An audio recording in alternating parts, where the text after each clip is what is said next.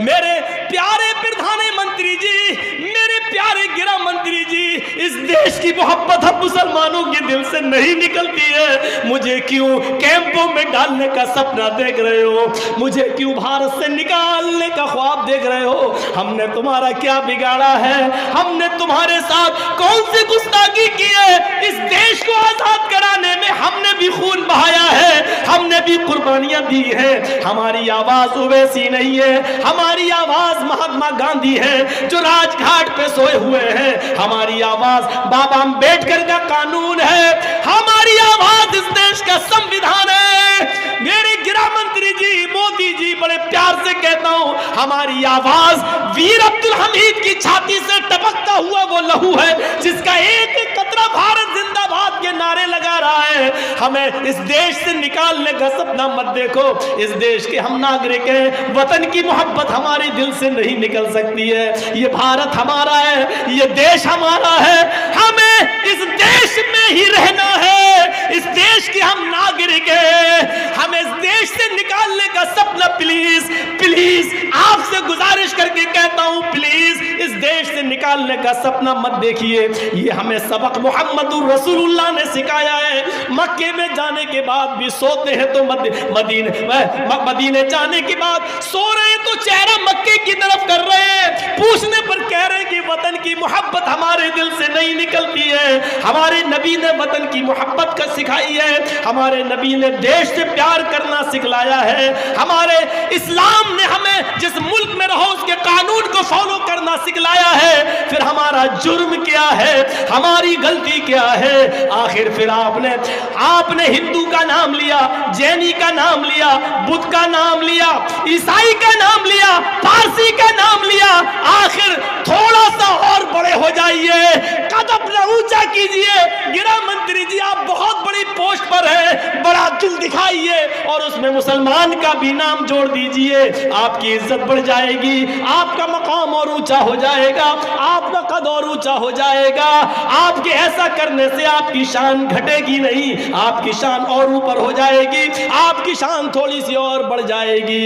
یہ کلیجہ محمد رسول اللہ نے کر کے دکھایا، ایک ایک کو معاف کرتے چلے گئے کہ ایک اور آیا، آپ نے کہا تم کون ہو؟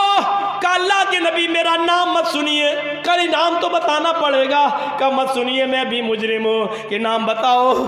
آپ نے کہا بتاؤ، اس نے کہا میرا نام ہے ہبار ابن اسود۔ آپ نے کہا کون ہبار؟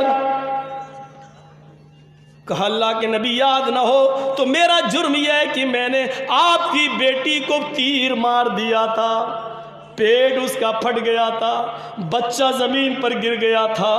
آپ کے داماد علی آپ کی بیٹی زینب کو اپنے ہاتھ میں پکڑ کے ایسی حال میں مدینہ لے گئے تھے، اور وہاں جا کر جب اس کو پتا چلا کہ پیٹ کا بچہ ضائع ہو گیا تو صدمہ برداشت نہ کر سکی، انتقال کر گئی۔ میں آپ کی بیٹی کا قاتل ہوں۔ اللہ کے نبی بیٹھے تھے، کھڑے ہو جاتے ہیں، کہتے ہیں ہبار میری بیٹی کے قاتل، آئے ہبار اب جو جملے ہیں سنیے، اور اس دیش کے ہمارے شاسک بھی سنیں اور سبق حاصل کریں۔ ہبار ابن اسود، حکومت نبی کے ہاتھ میں، قائد محمد رسول اللہ، سب کچھ کرنے کا پاور بھی نبی کے پاس، لیکن اپنے بیٹی کے قاتل کو اپنے سامنے دیکھتے ہیں۔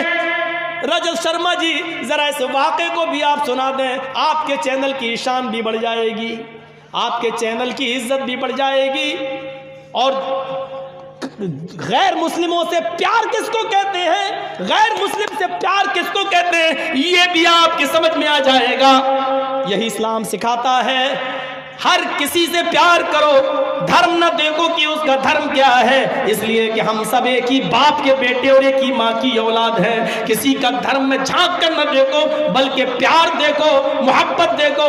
محمد رسول اللہ فرماتے ہیں، آئے ہبار میں 13 سال مکے میں رہا، 10 سال نبی بننے کے بعد 13 سال مکے میں رہا، 10 سال مدینے میں رہا، 13 10 23 سال میں مجھے جتنا بھی مارا گیا، جتنا بھی ستایا گیا، جتنا بھی مجھے ٹارچر کیا گیا، اگر میری 23 سال کی تکلیفیں ترازو کے ایک طرف رکھ دی جائے، ایک طرف رکھ دی جائے، اور اس ایک دن کی تکلیف میری بیٹی نے میرے ہاتھوں میں اپنی آخری سانس لی اور دم توڑ دی، اس ایک دن کی تکلیف کو اگر ترازو کے دوسرے پلڑے میں رکھ دیا جائے اور ترازو اٹھائی جائے تو آئے ہی بار میری 23 سال کی تکلیفیں اٹھ جائیں گی اور اس ایک دن کی تکلیف کا پلڑا جھک جائے گا، یعنی اس ایک دن کا صدمہ 23 سال کی تکلیفوں پر بھاری ہے۔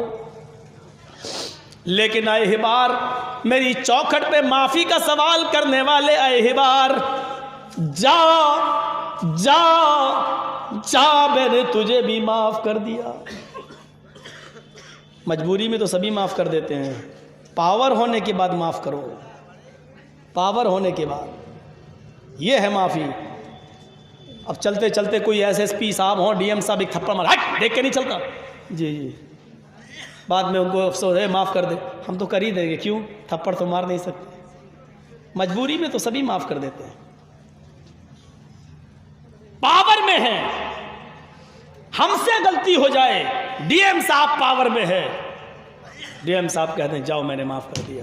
تو یہ ہے طاقت۔ محمد رسول اللہ پاور میں ہے اور دشمن بیٹی کا قاتل سامنے کھڑا ہے، معاف کر دیا، جاؤ۔ یہ ہے اسلام کی شکشا۔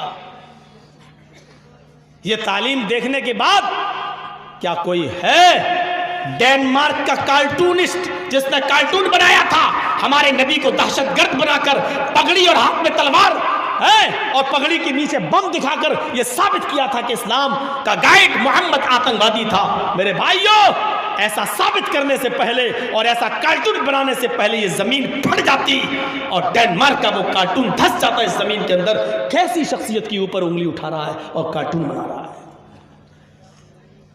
جس نے اپنی بیٹی کے قاتل کو اپنی آنکھوں کے سامنے سے کہہ دی جا میں نے تجھے معاف کر دیا۔